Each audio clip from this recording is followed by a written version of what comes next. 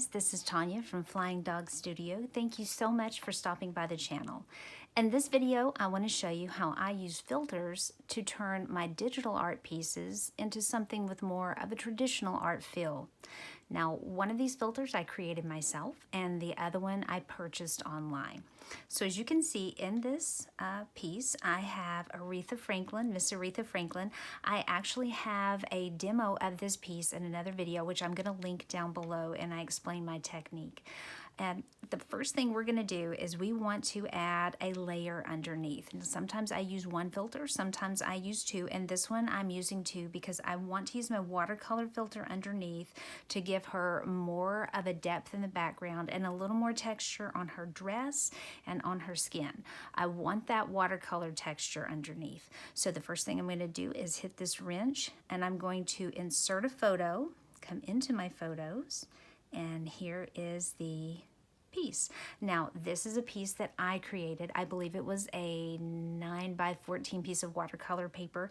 I just did a watercolor wash on it, threw some salt on there, and took a photo of it. And it was not studio quality photo. I simply laid it down on the floor, stood over it with my iPhone, made sure I had plenty of daylight coming in, not direct sun, just some indirect daylight coming in on it, and I snapped a picture.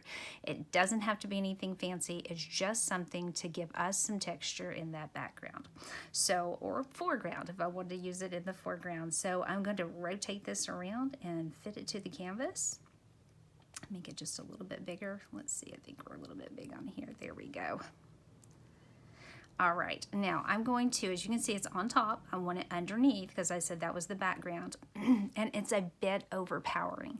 So I'm going to come into my settings, and I'm going to turn it down to just about 40%, somewhere around 40%. For me, that is a good feel for that particular filter. I'm going to come back up, and I want to add a canvas texture on top because I'm not done with my filters. This kind of darkened everything, and I want her beautiful skin tone to come back. So what I'm going to do is come back, insert another photo. There it is. And this is my canvas texture. Now, this particular one I did purchase online. You could do this yourself as well. You could just take a picture of a canvas. Again, make sure you have plenty of light, good even light coming in on it, and just snap a photo of it and put it right in your photos. Now, you probably can find some for free online.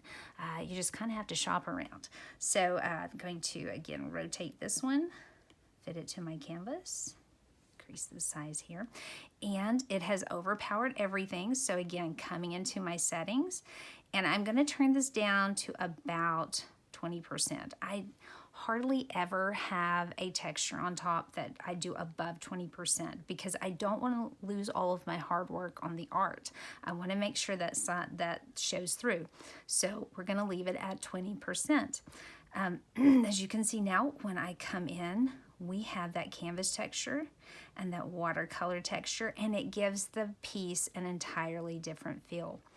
One reason I used both filters for this particular piece, I did need something in the background. I didn't want to do a wash. I didn't want to paint anything in the background, and I already had this texture, so I added it in the background, and it's going to help me. I'm going to show you the final piece. It's going to help me define her dress because I do alter it a bit. You can come in on these layers and add to them and subtract from them. So I subtracted from the color in this area around her dress, also in different areas on her skin and her eyes and her hair to make sure I had the proper highlights and tones for her skin.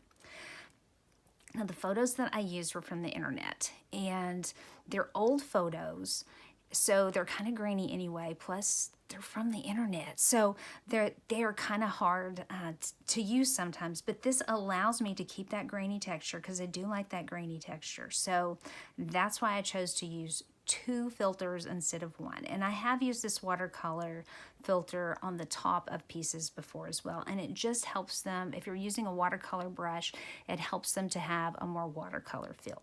So I'm going to show you the final piece. Here's Miss Aretha.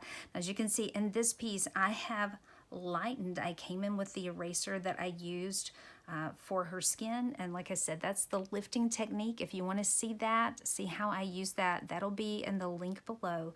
But I use the same brush to come in and erase highlights here and in her dress and her hair.